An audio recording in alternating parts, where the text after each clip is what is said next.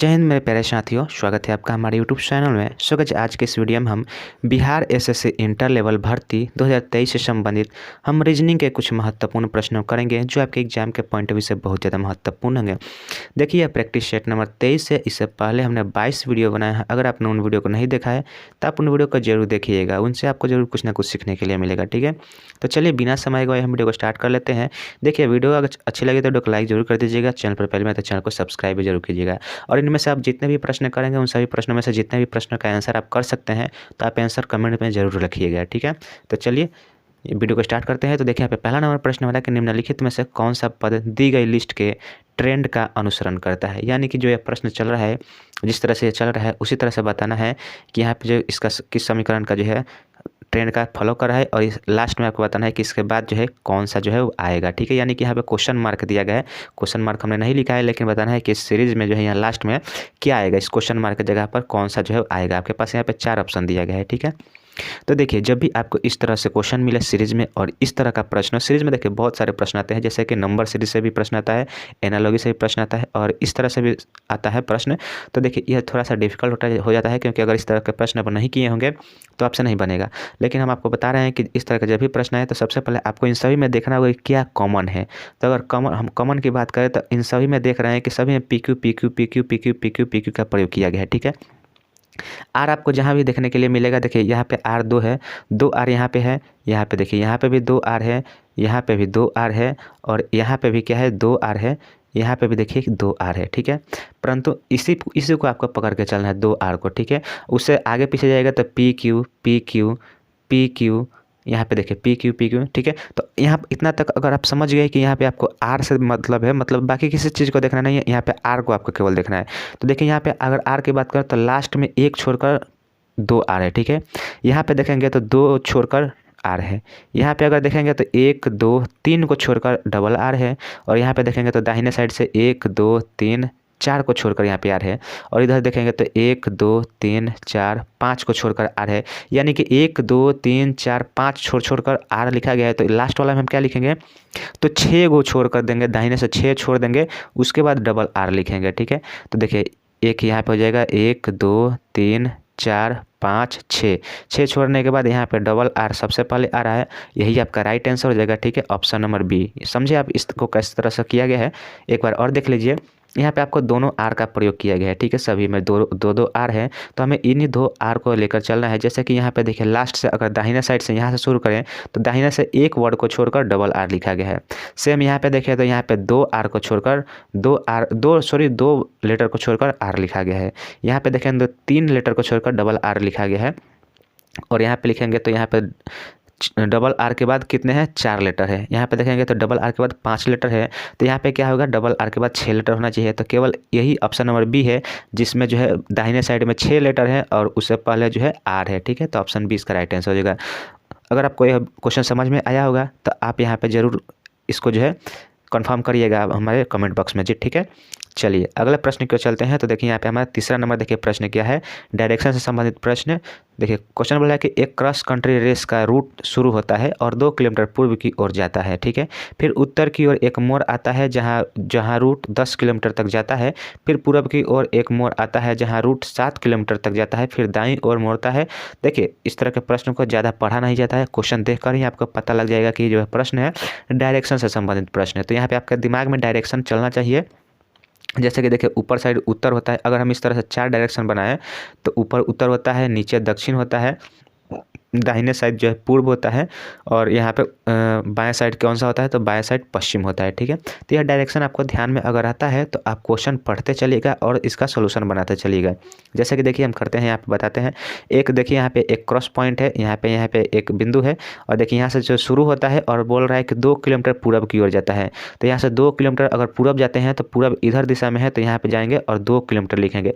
और देखिए यह जो है आपको लिखना जरूरी है 2 किलोमीटर। ठीक है, और 2 किलोमीटर के हिसाब से ही आपको जो है 2 किलोमीटर लिख दिए, तो इसी हिसाब से आपको यह रेखा का भी आकलन करना होगा, ठीक है। अगर इससे 2 से ज़्यादा हो तो आपको रेखा भी इससे लंबी बनानी होगी, और 2 से अगर कम हो तो रेखा भी कम बनाना पड़ेगा, ठीक है। अब देखिए इसके बाद बोल रहा है कि उत्तर दिशा की ओर मोड़ खाता है, तो उत्तर आपका ऊपर साइड है और उत्तर यहाँ पे जाएगा, ठीक है, ऊपर, जहाँ रूट को 10 किलोमीटर तक चलता है। अब देखिए 10 है तो इसका 5 गुना जाएगा, लंबा होगा, परंतु यहाँ पे थोड़ा पेज कम है, तो यहाँ पे हम क्या करेंगे 5 किलोमीटर मतलब बड़ी बनाएंगे लाइन, हम इससे बड़ी बनाएंगे, ठीक है। तो यह 5 किलोमीटर देखिए थोड़ा सा टेढ़ा हो रहा है।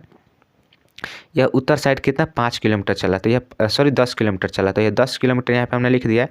उसके बाद देखिए बोल रहा है कि फिर वह पूर्व की ओर मुड़ता है जहाँ रूट 7 किलोमीटर चलता है। अब देखिए यहाँ से आपका फिर पूर्व की ओर मुड़ना है और 7 किलोमीटर चलना है, तो यहाँ से आप क्या किधर जाइएगा, इधर जाइएगा और 7 किलोमीटर ऐसे चलिएगा, तो यह 7 किलोमीटर आपका इधर आ गया, ठीक है। अब उसके बाद देखिए बोल रहा है कि फिर दाईं ओर मोड़ आता है जहाँ से अंत तक पहुँचने के लिए उसे 10 किलोमीटर तक जाता है। यानी कि देखिए यहाँ से भी एक अंतिम मोड़ है जहाँ पे दाहिने की तरफ मुड़ना है, तो अगर आपका मुख इधर पूरब की ओर है तो आपका दाहिना नीचे की तरफ आ जाएगा, ठीक है।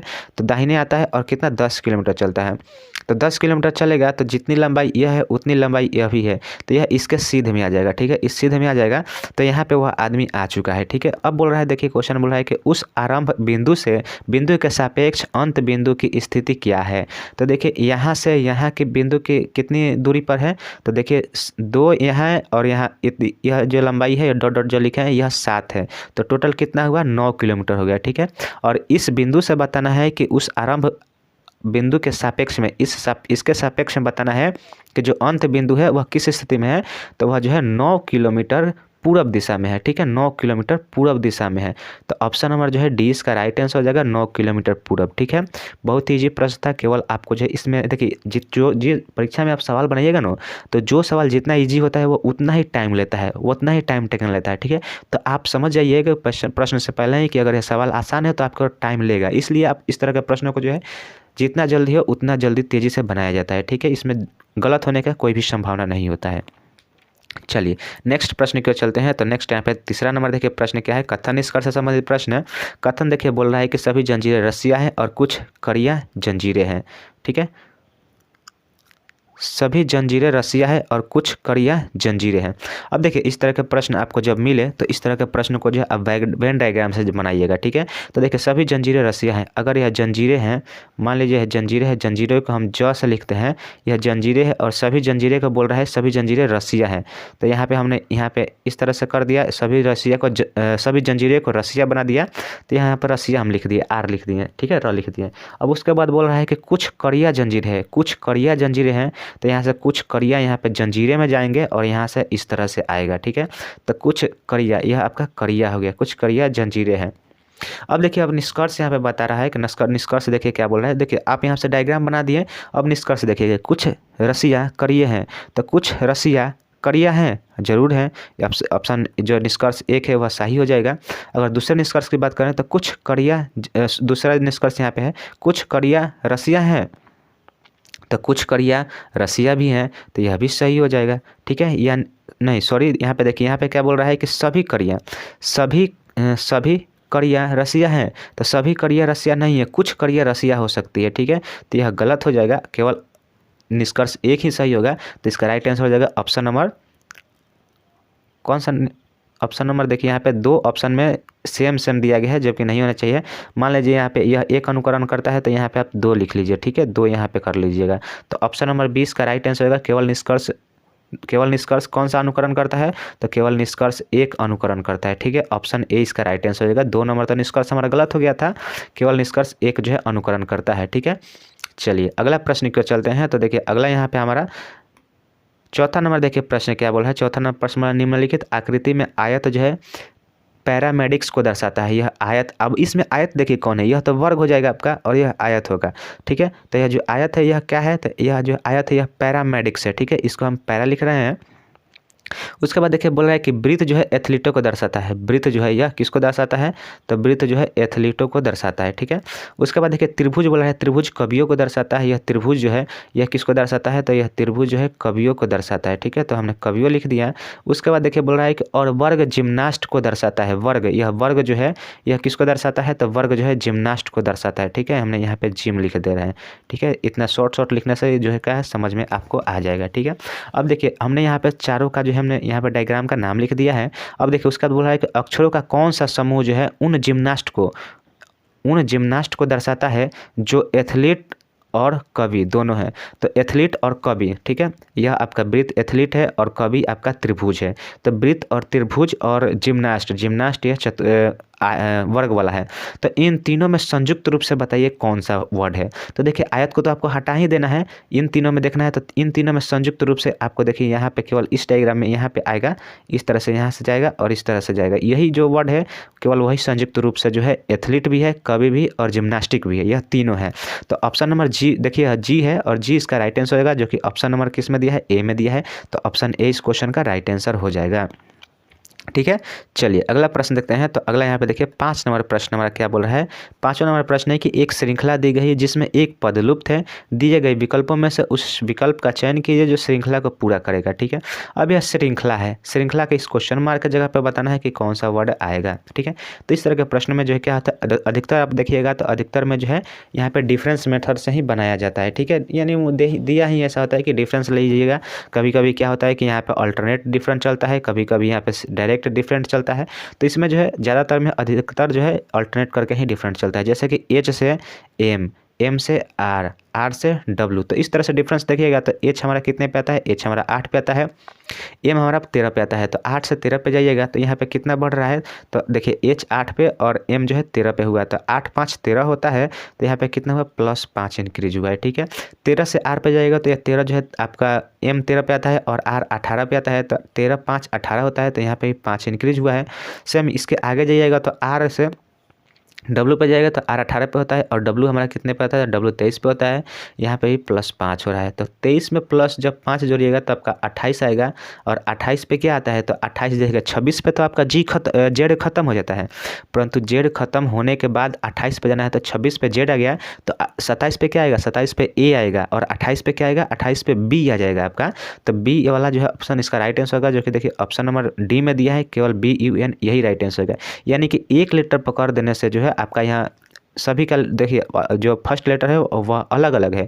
तो केवल एक लेटर मिल जाए अगर ऑप्शन में तो आपका राइट आंसर हो जाता है, ठीक है। बाकी सवाल देखने की जरूरत नहीं है, क्योंकि आपको क्या हो जाता है, पर क्वेश्चन पे 1 मिनट से भी कम आपके पास टाइम रहता है, ठीक है।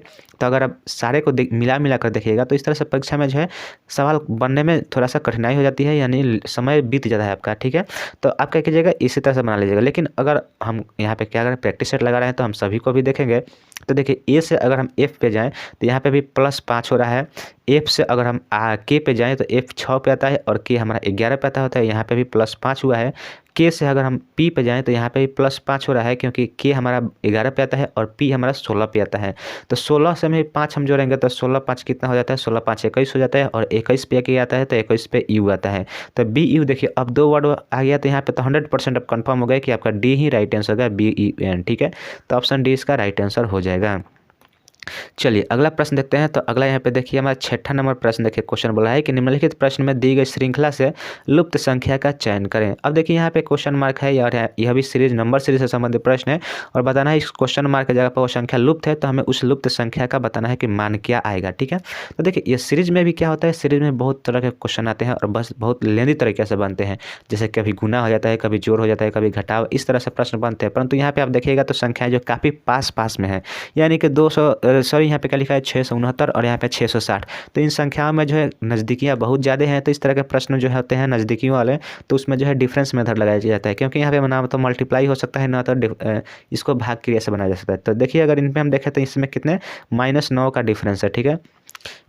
60 से 51 पे जाएगा तो यहाँ पे कितने -9 का डिफरेंस है। यहाँ पे भी जाइएगा तो 51 से यहाँ पे 651 से 642 पे जाइएगा तो यहाँ पे भी क्या है -9 का डिफरेंस है। 42 यहाँ पे 633 जाइएगा, यहाँ पे भी -9 का डिफरेंस है। तब 33 से यहाँ पे आगे जाएगा तो यहाँ पे -9 लगाइएगा। तो 13 में यहाँ पे हार्चन 13 लीजिएगा, 13 में से 9 जाएगा तो 9 जाएगा, तो 13 में से 9 गया तो क्या बचेगा, तो 4 बचेगा, यानी कि यूनिट डिजिट आपका 4 होना चाहिए। तो देखिए यूनिट डिजिट केवल ऑप्शन नंबर ए में है 4, 624 इसका राइट आंसर हो जाएगा ऑप्शन नंबर सी। ठीक है, ऑप्शन नंबर सी इस क्वेश्चन का राइट आंसर हो जाएगा। बहुत ही ईजी प्रश्न था। चलिए ईजी तरीका से हमने भी इसको बनाया। नेक्स्ट प्रश्न की ओर चलते हैं। तो नेक्स्ट यहाँ पे देखिए हमारा 7 नंबर प्रश्न क्या बोल रहा है। 7 नंबर प्रश्न देखिए थोड़ा सा डिफिकल्ट हो सकता है, क्योंकि इसको आप यहाँ पे, अब देखिए इस क्वेश्चन को पहले पढ़ लेते हैं। देखिए निम्नलिखित प्रश्न में 3 संख्या के 4 समूह दिए गए हैं। ठीक है, प्रत्येक समूह में दूसरी और तीसरी संख्या पहली संख्या से तर्क नियम संबंध द्वारा संबंधित होती है। तीनों तर्क नियम संबंध के आधार पर समान है। दिए गए विकल्पों में से असंगत विकल्प का चयन करना है। ठीक है, यानी कि यहाँ पे 4 ऑप्शन दिए गए हैं और चारों ऑप्शन में 3-3 समूह दिए गए हैं, वर्ड के 3-3 समूह दिए गए हैं। तो यहाँ पे जो है 3 ऐसे ऑप्शन हैं जो कि अब एक जैसे समूह को, मतलब एक जैसे नियम को फॉलो कर रहे हैं, एक जैसे लॉजिक जो है उनके बीच में, उनके अंदर में है। ठीक है, तो आपको उस वाले ऑप्शन को ढूंढना है जो कि इनसे बिल्कुल अलग होगा, इन तीनों ऑप्शन से बिल्कुल अलग होगा। तो वैसे अगर ऑप्शन की बात करें तो देखिए अगर हम यहाँ पे देखें, अब देखिए हमने आपको पहले ही बताया इससे पहले वाले साल में कि अगर आपके पास नंबर सीरीज, या भी इसको भी नंबर सीरीज के अनुसार ही बना सकते हैं, क्योंकि यहाँ पे भी देखिए नंबर काफ़ी आसपास में है। तो आसपास में अगर नंबर होते हैं तो उसमें हम क्या करते हैं, डिफरेंस मेथड ही लगाते हैं। अगर हम इस एक, यह जो 49 है, यह 45 है और यहाँ पे 39 है, अगर हम इसको x मानते हैं, मान लीजिए x को हम 49 को x मानते हैं, तो इसमें क्या मेथड इसमें क्या सीरीज चल रहा है, तो देखिए यह तो x हो गया, उसके बाद क्या है x - 4 है। ठीक है, 49 में से 4 घटाइएगा तो आपके पास 45 आएगा। ठीक है, उसके बाद जाएंगे तो x - 10 आ रहा है। ठीक है, तो ये आपका सीरीज हो गया। ठीक है, अब इसके बाद वाला में अगर हम इसको भी x मानते हैं तो इसको x मानिएगा तो यह x हो गया, और यहाँ पे जाइएगा तो x - 5 करिएगा तब जाकर आपके पास 68 आएगा। ठीक है, और इसके बाद जाइएगा तो x - 10 करिएगा तब जाकर आपका 63 आएगा। तो देखिए यहाँ पे ऑप्शन ए और ऑप्शन बी में दोनों डिफरेंस प्राप्त हुए, क्योंकि देखिए इसमें -4 है और इसमें -5 है। बाकी ऑप्शन सी में देखते हैं कि उसमें -4 आता है या -5 आता है।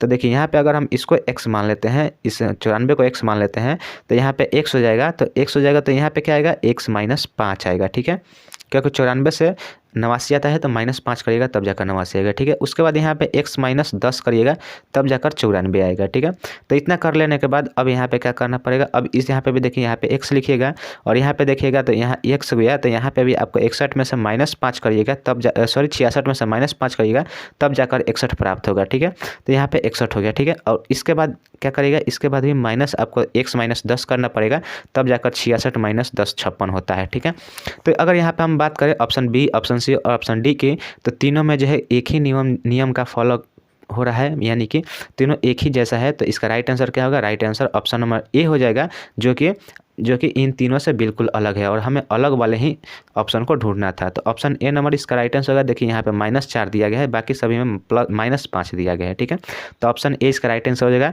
उम्मीद करते हैं क्वेश्चन समझ में आया होगा। देखिए क्वेश्चन समझ में आया होगा तो क्वेश्चन का नंबर डालकर यस जरूर लिखिएगा। ठीक है, चलिए आगे बढ़ते हैं नेक्स्ट प्रश्न की ओर। तो नेक्स्ट यहाँ पे हमारा 8 नंबर देखिए प्रश्न क्या बोल रहा है। 8 नंबर देखिए दर्पण संबंधित प्रश्न है। बोल रहा है कि यदि एक दर्पण को रेखा MN पर रखा जाए तो उत्तर आकृतियों में से कौन सी आकृति दी गई आकृति का सही प्रतिबिंब होगा। तो देखिए यहाँ पे बताना है कि सही प्रतिबिंब क्या होगा। तो इसके लिए देखिए यहाँ पे MN एक दर्पण है, यह दर्पण है। अगर यहाँ पे MN रखा होता है तो वह जल प्रतिबिंब हो जाता है, परंतु ये दर्पण प्रतिबिंब की बात हो रहा है तो दर्पण प्रतिबिंब जो है यहाँ साइड में ही रखा जाता है। ठीक है, तो यहाँ पे अगर हम इसके दर्पण प्रतिबिंब बनाने जाएँ तो यह कैसा बनेगा। तो सबसे पहले तो आपके पास यहाँ पे क्या आएगा, एक चतुर्भुज आएगा। ठीक है, और ये देखिए यह इस कोना से, यानी कि दर्पण के पास वाले कोना से गया है, तो आप भी यहाँ पे दर्पण वाले पास से ही कोना से इसको क्रॉस कराइएगा तो यहाँ पे आएगा। और देखिए यह जो कोना पे नहीं गया है तो हम भी कोना पे नहीं ले जाएंगे। अब इस बड़े वाले क्षेत्र में जो है यह आपका गोला बना हुआ है, तो हम भी यहाँ पे क्या बनाएंगे, बड़े वाले क्षेत्र में गोला बनाएंगे। ठीक है, गोला बनाएंगे। उसके बाद देखिए इसमें कट है, कट मार्क है, तो हम इसमें भी क्या करेंगे, इसमें भी हम कट मार्क लगाएंगे। ठीक है, अब देखिए यह जो है यह जो क्या है, यह डार्क जो है, डार्क आपका इस साइड में है, तो जब पलट कर आएगा तो यह आपका इस साइड में आ जाएगा। ठीक है, तो ये डार्क वाला आपका यहाँ पे आ जाएगा। इसके बाद आगे जाइएगा तो आपके पास यहाँ पर इसके सेम जो है शीर्षाभिमुख कोण में जो है आपका डार्क आएगा। ठीक है, तो इस तरह से किस ऑप्शन में दिया गया है, तो इस तरह से ऑप्शन नंबर अगर सी की बात करें, यह सी नंबर ऑप्शन है, यह ए है, यह बी है और यह सी है। तो इसमें राइट आंसर क्या हो जाएगा, ऑप्शन नंबर सी हो जाएगा, क्योंकि देखिए यह डायग्राम जो है बिल्कुल जो हमने डायग्राम बनाया है उसी के अनुसार जो है, तो ऑप्शन सी इस क्वेश्चन का राइट आंसर हो जाएगा। ठीक है, चलिए अब अगला प्रश्न की ओर चलते हैं। तो अगला यहाँ पे देखिए हमारा 9 नंबर देखिए प्रश्न क्या है। अब 9 नंबर देखिए प्रश्न बोल रहा है कि उत्तर आकृति में निम्नलिखित में से कौन सी घन प्रश्न आकृति में खुले हुए घन के आधार पर नहीं बनाया जा सकता है। यानी कि यह जो खुला पासा दिया गया है, खुला आकृति दिया गया है, तो बताना है कि वह कौन सा घन है। देखिए यहाँ पे ऑप्शन ए है, यह ऑप्शन बी है, ऑप्शन सी है और ये ऑप्शन डी है। तो बताना है कि इनमें से कौन सा जो घन जो है इस खुले पासे से नहीं बनाया जा सकता है। अगर नहीं बनाया जा सकता है तो वह कैसा होगा कि देखिए कभी भी एक पासा जो है उसमें अगर एक कॉर्नर की तरफ से देखें तो वहाँ पे तीन फेस दिखते हैं, यानी 3 सतह दिखते हैं। तो वह तीनों सतह जो होते हैं एक दूसरे के विपरीत वाले नहीं होते हैं। यानी कि हमें वैसे पासा देखना होगा जिसके 3 फलक दिख रहे हों और उनमें से कोई भी फलक एक दूसरे के जो है विपरीत न हो। और एक दूसरे के विपरीत कौन कौन सा होता है, तो जैसे कि यह जो है इसके विपरीत होता है, यह वाला जो है इसके विपरीत हो जाएगा और यह वाला जो है इसके विपरीत हो जाएगा। यानी कि जिस पासे पे यह होगा उस पासे पे यह नहीं दिखना होना चाहिए, और जिस पासे पे यह प्लस है उस पासे पे यह गोला नहीं दिखना चाहिए, और जिस पासे पे यह डायग्राम हो उस डायग्राम पे यह स्टार नहीं दिखना चाहिए। तो इस तरह से कौन सा आकृति है, तो देखिए अब देखिए यहाँ पे जो है, यहाँ पे देखिए क्या है, यहाँ पे स्टार है और स्टार है, और उसके बाद क्या है यहाँ पे स्टार के जो विपरीत होता है, स्टार के विपरीत ये वाला डायग्राम होता है, परंतु इसके अलावा यह दिया है, देखिए यह दिया है और इसके विपरीत यह होता है, परंतु यह न देकर आपके पास यह गोला दिया है। यानी कि इस डायग्राम को बनाया जा सकता है क्योंकि इसमें कोई भी फलक एक दूसरे के विपरीत वाला नहीं है।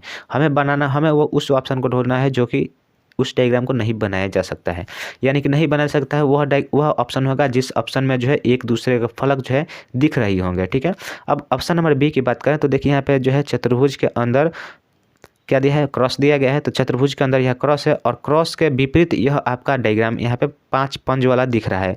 तो यह भी आपको यहाँ पे दिख रहा है, यानी कि यह जो डायग्राम है यह नहीं बनेगा और यही आपका राइट आंसर हो जाएगा, ऑप्शन नंबर बी। ठीक है, बाकी देखिए अगर ऑप्शन नंबर सी की बात करें तो ऑप्शन नंबर सी में देखिए यहाँ पे जो है चतुर्भुज के बाहर गोला है, तो चतुर्भुज के बाहर गोला यहाँ पे, और इसके विपरीत यह स्टार है, तो स्टार आपको यहाँ पे देखने के लिए नहीं मिलेगा, देखने के लिए नहीं मिल रहा है। अब इस पंज की बात करें, यह पक्ष बिंदु की बात करें तो पक्ष बिंदु यह है और इसके विपरीत यह जो है यह डायग्राम नहीं दिखना चाहिए। तो यह भी डायग्राम आपको बस यहाँ पे नहीं दिख रहा है, और यह प्लस है तो प्लस के विपरीत यह गोला बनेगा और गोला भी यहाँ पर आपको नहीं दिख रहा है। यानी कि यह भी डायग्राम बनाया जा सकता है और यह भी डायग्राम बनाया जा सकता है। केवल ऑप्शन बी है जिस डायग्राम को हम इस आकृति के अनुसार इस खुले पासे से नहीं बना सकते हैं। तो ऑप्शन बी जो है इस क्वेश्चन का बिल्कुल राइट आंसर हो जाएगा। ठीक है, उम्मीद करते हैं क्वेश्चन समझ में आया होगा। तो इस वीडियो का हम यहीं पर अंत करते हैं और आपसे एक सवाल पूछ रहे हैं कि आप जितने भी प्रश्न किए होंगे 9 प्रश्न में से उन सभी का जो है आप हमारे कमेंट बॉक्स में जरूर बताइएगा कि आपने कितने प्रश्न इनमें से किए हैं। ठीक है, तो चलिए इसी तरह से मिलते हैं नेक्स्ट वीडियो में, तब तक के लिए जय हिंद जय भारत।